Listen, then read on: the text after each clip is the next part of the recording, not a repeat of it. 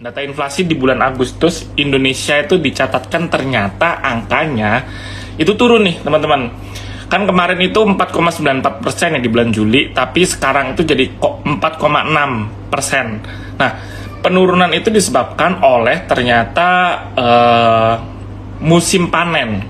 Kan kalau kita coba ngelihat ke bulan Juli, yang menyebabkan inflasi kita itu naik adalah bahan pangan pokok ya, seperti cabai rawit, cabai merah, bawang, baik bawang putih, bawang merah, dan lain sebagainya, itu mengalami kenaikan. Nah, karena sekarang itu udah musim panen, di bulan Agustus kemarin itu musim panen, ternyata supply untuk produk-produk pangan tadi itu terpenuhi, dan bahkan match sama demand-nya. Jadi akhirnya membuat inflasi di negara Indonesia tuh mulai sedikit turun. Jadi penurunannya itu mungkin nggak begitu banyak pengaruhnya dari suku bunga. Karena kan tadi juga ada yang nanya ke saya, turunnya inflasi ini apakah karena suku bunganya yang sudah dinaikin sama Bank Indonesia? Ya walaupun ada sedikit pengaruh, tapi lebih besar itu karena karena sekarang ini udah baru aja musim panen gitu. Jadi ya mungkin teman-teman kalau kita lihat daripada ngeliatin muka saya bosen ya, langsung kita lihat grafik aja. Bentar. Nah, oke, sebentar. Ini itunya ada, Ru. Jadi dengan adanya pergerakan penurunan inflasi tadi, itu kan harusnya bisa jadi katalis positif nih. Tapi kalau kita perhatikan ternyata ini malah membuat market kita itu kayak bergeraknya nggak kemana-mana nih. Nah sekarang kan kalau ada pertanyaan, IHSG kira-kira bakal lari kemana nih sekarang? Kalau tadi saya mention bahwa inflasi kita turun, harusnya bisa jadi katalis positif karena penurunan inflasi itu lebih karena kondisi market kita. Jadi bisa dikatakan market kita itu dalam tanda kutip cukup sehat lah. Nah, ini yang membuat, bentar ya, kelihatan nggak sih teman-teman? Kelihatan ya? Oke. Nah, ini tuh yang membuat market kita itu harusnya untuk bisa nembus area sideways. Ini kan sekarang IHSG itu lagi ada di area sideways ya, di range ini nih sideways-nya. Di yang warna kuning ini yang saya highlight, itu sekarang IHSG lagi berusaha untuk keluar nih dari area sini. Tapi apakah bisa dengan cepat? Kalau misalkan saya ngelihat dari sisi teknikalnya, volume transaksi perdagangan IHSG harian itu kan masih fluktuatif ya. Kadang di atas 15 triliun, kadang di bawah 15, tapi nggak pernah sampai di bawah 10 triliun. Tandanya apa? Tandanya orang-orang itu berarti sekarang lebih banyak melakukan aksi trading jangka pendek aja. Kenapa saya bisa bilang kayak gitu? Karena transaction value-nya itu selalu relatif sama nih. Jadi ibarat nih, misal kata nih, hari ini beberapa hari pada beli, tapi ketika udah masuk ke angka premium, IHSG-nya jual. Ketika udah turun, beli lagi, jual lagi. Sekarang sama nih, sekarang beli lagi, tapi karena dirasa udah cukup tinggi pada jualan. Walaupun hari ini ada katalis yang cukup positif dari angka inflasi Indonesia itu tadi. Nah, apakah orang-orang bakal tetap trading ranging kayak gini terus? Menurut saya mungkin saja terjadi. Kenapa? Karena concern utama investor sekarang itu kan masalah BBM subsidi ya, dimana itu masih belum ada kejelasan apakah akan dinaikkan Pertalite itu akan dinaikinnya itu kapan dan berapa, itu kan masih belum ada kepastian. Nah ini uncertainty ini, ketidakpastian ini tuh membuat investor, terutama investor asing yang dari kemarin tuh pegang banyak saham-saham big caps, itu jadi nggak mau akumulasi dulu. Jadi kan kalau kita lihat investor asing itu sudah masuk dari sini nih. Mereka selalu average dari sini. Ketika sudah ada di atas angka 7 ribuan, mereka ngerasa kayaknya udah premium deh. Belum ada katalis apa-apa lagi nih. Kita tunggu market ke depannya gimana. Dan betul, kalau misalkan kita lihat kan dari pertengahan bulan Agustus di sini ya, ini kan 15 Agustus itu udah nggak ada katalis positif apa-apa. Dan bahkan seminggu lalu, itu berarti di range ini, isu mengenai kenaikan BBM tuh udah naik lagi. isu apakah BBM akan dinaikkan, atau yang bilang subsidi BBM Pertalite itu uangnya udah habis, jadi di bulan Oktober itu bakal mau nggak mau harus dinaikin. Nah ini di bulan-bulan ini, di tanggal-tanggal ini, dari atas tanggal 15 Agustus sampai sini, banyak ketidakpastian. Orang-orang akhirnya yang saya mention tadi pada beli, ketika udah deket-deket area resisten jual, beli, jual lagi. Ya ini bakal ranging terus kalau ditanya sampai kapan, sampai ada kepastian dari pemerintah, dari presiden, udah ada satu suara nih. Misal kalau dinaikkan Pertalite, dinaikkan berapa? Misalkan dinaikkan sampai angka 10.000, ekspektasinya dampaknya gimana terhadap inflasi. Nah itu kan jelas nih, ibaratnya nih kalau misalkan mau diturunin, dia udah turun sekalian. Itu kan yang diharapkan sama investor, terutama investor asing. Tapi kita kan investor retail nih, market kayak gini tuh malah harusnya enak buat trading. Kenapa? Karena saham-saham kayak gini, yang penggerak market itu kan saham-saham big caps ya. Tapi pada kenyataannya kita, investor retail itu, terutama yang trader ya, kita ngomongin trader nggak begitu suka dengan trading saham-saham big caps. Kenapa? Karena yang pertama, sahamnya itu fluktuasi harganya nggak setinggi saham-saham small mid caps. Nah jadi bisa diasumsikan sekarang ini yang mulai rame, yang mulai banyak gerak itu adalah saham lucu-lucuan gitu. Jadi ya mungkin kalau teman-teman masih pengen trading, menurut saya itu masih oke. Ini ada yang nanya nih, saham minyak gimana? Tolong dibahas, BRPT, Medco, Elsa, view-nya gimana nih? Saya coba bahas dari sisi minyaknya dulu ya, harga minyaknya dulu nih. Nah, teman-teman bisa lihat di sini, harga minyak dunia itu dia nggak pernah dari bulan Juni. Nah, bentar saya gambarkan di sini biar enak. Nggak pernah bergerak naik. Jadi dibilang, ada yang bilang, oh sudah di atas angka 100 kemarin. Tapi teman-teman lihat nih, kalau kita analisis menggunakan analisis teknikal, dia itu di sini akan harga tertingginya nih. Tapi di sini dia mau berusaha naik, malah ngebentuk lower high. Jadi harga tertingginya itu lebih rendah daripada harga tertinggi sebelumnya. Turun lagi ketika dia bouncing naik, bentuk lagi nih, lower high lagi. Sekarang pun juga sama yang dibilang, minyak sudah di atas angka 100, tapi itu ternyata cuma sentimen aja supaya ngebentuk lower high lagi. Nah, kalau misalkan kita ngomongin komoditasnya, yang jualan minyak itu pasti akan dirugikan, kayak Medco, kayak Elsa. Walaupun seperti yang kita tahu, saham-saham itu kan, saham-saham ini kayak Medco sama Elsa itu aslinya nggak begitu berdampak langsung ya terhadap harga minyak. Yang biasanya berdampak langsung itu malah tadi Barito. Nah, dia mengalami penurunan karena dampaknya itu secara nyata gitu. Terus juga saham-saham petroleum itu juga sama tuh.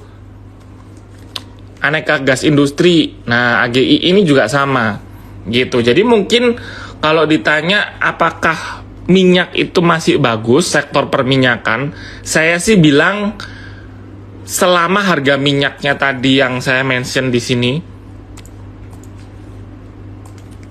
Mana? Nah, harga minyak di sini dia masih ngebentuk lower high terus, berarti yang jualan minyak itu nggak diuntungkan. Tapi buat perusahaan yang menggunakan minyak sebagai bahan bakunya, kayak perusahaan-perusahaan petroleum, yang perusahaan-perusahaan kimia, itu pasti diuntungkan. Karena channelnya minyak secara jangka panjang itu masih bergerak downtrend, kayak gitu. Jadi menurut saya, kalau misalkan mau coba betting, ya nggak menarik. Saya lebih suka saham-saham batu bara. Coba ya kita lihat, tadi kan ini kan minyak nih. Kita lihat harga batu bara. Harga batu bara itu stabil terus di atas angka 400. Ini kan nggak begitu kelihatan ya, saya coba ganti line. Nah, harga batu bara dia itu perlahan tetap naik stabil, dan sekarang pun kalau kita lihat jangka menengahnya dari pertengahan bulan Mei sampai sekarang itu dia masih ada kuat di atas angka 400 terus. Jadi teman-teman untuk beli saham-saham kayak modelan Adaro, ITMG, atau yang lagi rame nih kayak Bumi, Dewa, BRMS, itu masih cincai buat trading, itu masih enak kayak gitu. Terus ini ada yang nanya lagi Goto. Kalau Goto gimana? Goto saya bahas sedikit laporan keuangannya ya. Goto itu kan kemarin baru rilis laporan keuangan, di mana memang angkanya itu minusnya makin lebar, makin jelek.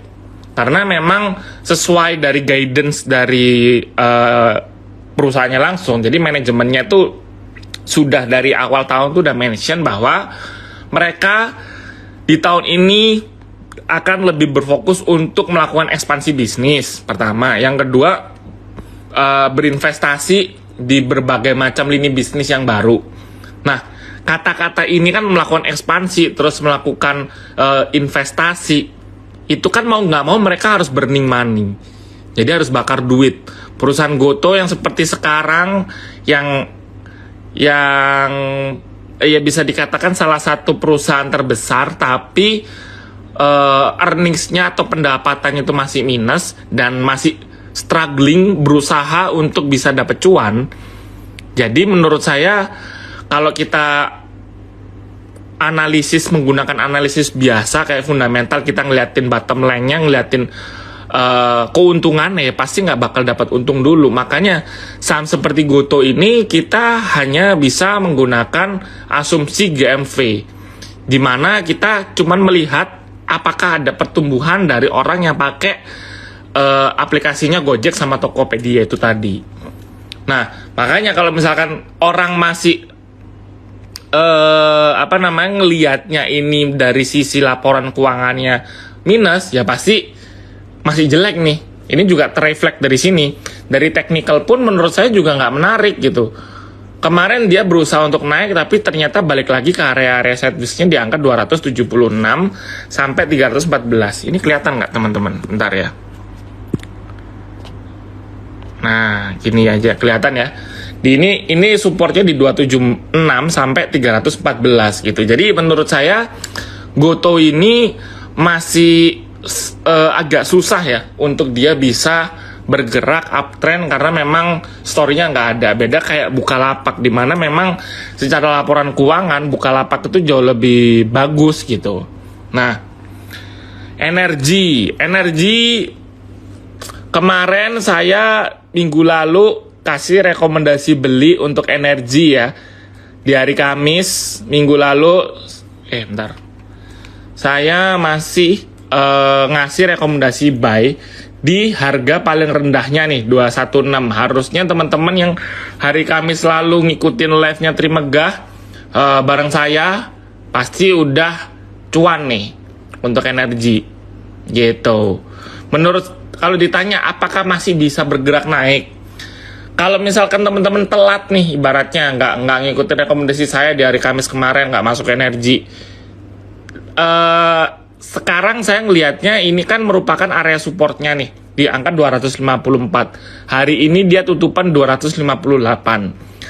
Besok kalau misalkan dia stabil ada di atas angka di atas 254 terus, harusnya dia masih bisa berpotensi untuk bergerak naik. Tapi ada tapinya nih. Untuk dia bisa naik sesignifikan kemarin, kayak kita kan ngitungnya minggu lalu ya. Minggu lalu dari harga terendahnya di 220-an sampai ini udah naik 17%. Untuk dia bisa naik 17% lagi, menurut saya momentumnya udah kelewat gitu.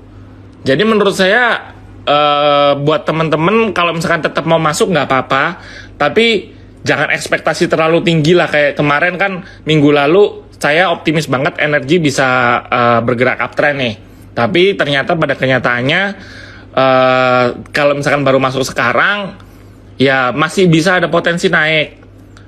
Tapi naiknya itu nggak sesignifikan kemarin nih. 1 minggu tiba-tiba dapat untung 17%, kayak gitu. Dian udah break, udah bisa masuk belum? Diandra Media, saya nggak begitu lihat. Ini saham agak, saya tuh kalau misalkan teman-teman udah sering ngikutin live-nya saya tuh nggak begitu suka sama chat pattern yang kayak gini nih, yang dimana harganya sehari itu nggak kemana-mana tapi ada fluktuasi harganya kayak gini. Jadi dia itu sahamnya nggak gerak signifikan. Jadi ini kalau misalkan ditanya untuk bisa analisis saham kayak gini, menurut saya juga agak susah gitu no. Ya memang hari ini dia udah break resist ya. Jangka menangannya dia udah di break, jangka pendeknya juga udah. Kalau ditanya ada target lagi di berapa, menurut saya mungkin di sini nih. 82. Hari ini tutupan berapa? 80. Saya nggak berani rekomendasikan buy ya.